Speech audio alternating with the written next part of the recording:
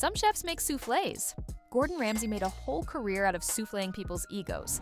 From screaming, "You donkey" on live TV to running a $220 million empire, Ramsay didn't just cook meals, he cooked characters. What am I supposed to do? I want you to be honest with yourself and stop fucking around. I'm not fucking around. Ready to get real. And look at that for a stinking attitude. Look at that. A disgusting attitude. Ask him to put his house in the fucking mix. Get out of my way. Get out of my fucking way. Get out of my fucking way. Get out of my way! I'm not in your way! Get upstairs then! He won't tell me, he's got no balls. Why are you throwing that risotto away? Because it was overcooked. Shut the fuck up! But behind the meme-worthy tantrums and F-bomb symphonies is a story so raw, it makes Kitchen Nightmares look like a Disney movie. Before the Michelin stars and insults, Gordon James Ramsay was just a kid in Stratford-upon-Avon, living in pure chaos. His father, Gordon Sr., was a violent alcoholic and failed musician. The police were called so often they may as well have been family friends. His mother, Helen, was beaten, sometimes while pregnant, while Gordon and his siblings hid upstairs, praying it would stop. Ramsay never fought back. He admitted later, "We'd just hide upstairs, listening, hoping it would stop. I hated him, but I never once had the courage to stand up to him." The abuse wasn't only physical. His father mocked Gordon constantly. When Gordon showed interest in cooking, his dad sneered, hurling homophobic insults and insisting he follow him into music instead. Cooking, in his father's eyes, wasn't manly enough, but Gordon was already searching for an escape. And for a while, that escape was football. By his teens, Ramsay was playing for Oxford United's youth side and even claimed he trained with Rangers. Rangers deny remembering him, but Gordon's dream was real. On the pitch, he could run, fight, and imagine a future far from his father's fists. But at 19, his knee gave out. A devastating injury ended his hopes of going pro. Ramsay said, "I thought football would save me. When it was taken away, I felt crushed. But losing football gave me cooking, so Gordon traded shin guards for knives." Ramsay's first big job was at Harvey's under Marco Pierre White, the original bad boy chef. Harvey's was chaos incarnate. Pans flew, tempers flared, and perfection was the only acceptable standard. Ramsay once broke down in tears under Marco's pressure, and Marco famously quipped, "I didn't make Gordon Ramsay cry. Gordon made Gordon Ramsay cry. Harvey's wasn't a kitchen. It was a war zone." And it hardened Ramsay into the ruthless, uncompromising perfectionist the world would come to know.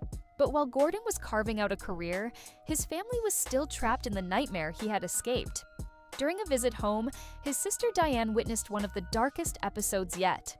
Their father, drunk and raging, threw scalding hot milk over their mother, burning her. Diane and their mother finally fled the house, finding safety in a charity shelter. But when they returned home, what they found was even worse. A postcard from Gordon's father, promising he would come back to finish them off. Gordon wasn't there, but hearing about it devastated him. Even though he had escaped, his family was still living under the shadow he'd run from. That moment reinforced the vow he had carried since childhood: never be weak, never end up like his father, and build a life so powerful that nothing could drag him back into the darkness. Ramsay wasn't immune to scandal himself. At just 19, he was fired from a hotel job after being caught having an affair with his boss's wife. Later, he admitted, half joking, "I was young, stupid, and yes, very stupid." It could have ended him before he even started, but instead, it became just another storm he outlasted. By the late 1990s, Gordon Ramsay opened Restaurant Gordon Ramsay in Chelsea. Within 3 years, it had earned 3 Michelin stars, the culinary equivalent of winning 3 Oscars while screaming at the Academy. Over his career, Ramsay would rack up 17 Michelin stars across his empire. He's lost some, sure, but his reputation as one of the greatest chefs alive was cemented. Then came television, where Ramsay turned from chef to cultural icon. Hell's Kitchen, Kitchen Nightmares, Master Chef. The rage he'd carried since childhood exploded on screen. "You donkey! You idiot sandwich! It's fussing raw!" Your special has now become not very special, thanks to face there. Hurry up, Giovanni. Yeah, but I'm not dick face, chef. Yeah, say that again. I said I'm not dick face, Yeah, chef. you're pissed, are you? I'm not. Look at me in the eyes! Not as pissed as I am! You fucking are! Donkey! these weren't just insults, they were catchphrases, memes, viral moments that made Ramsay a pop culture juggernaut. Celebrities lined up to be near him. He became close friends with David Beckham, roasted James Corden's cooking, and publicly clashed with Jamie Oliver. Ramsay once said, "2 fat ladies. That's a cookbook. 1 fat chef, Jamie Oliver. No filter, all fire." But Ramsay's life off camera was just as fiery. In 2010, he discovered that his father-in-law, who managed his business, had been secretly writing millions in unauthorized checks. The fallout was catastrophic: lawsuits, public betrayal, and family feuds. Ramsay called it the most painful time of my life.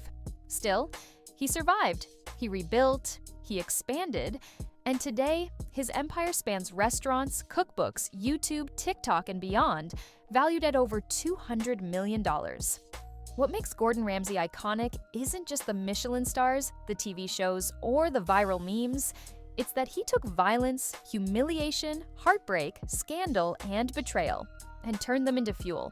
Every idiot sandwich is Gordon in some way, still screaming back at his past. From a broken home in Stratford to one of the most famous chefs alive, Gordon Ramsay didn't just escape his demons, he cooked them, plated them, and served them back to the world with 3 Michelin stars and a side of rage. So what's Gordon Ramsay's secret recipe? A dash of trauma, a splash of scandal, a gallon of rage, and just enough genius to turn pain into profit. From abused kid to billionaire chef, Ramsay proves you don't need to be polite to be powerful. If you loved this dive into Ramsay's story, smash that like button, subscribe for more celebrity origins, and drop your favorite Gordon insult in the comments. Until next time, don't be an idiot sandwich.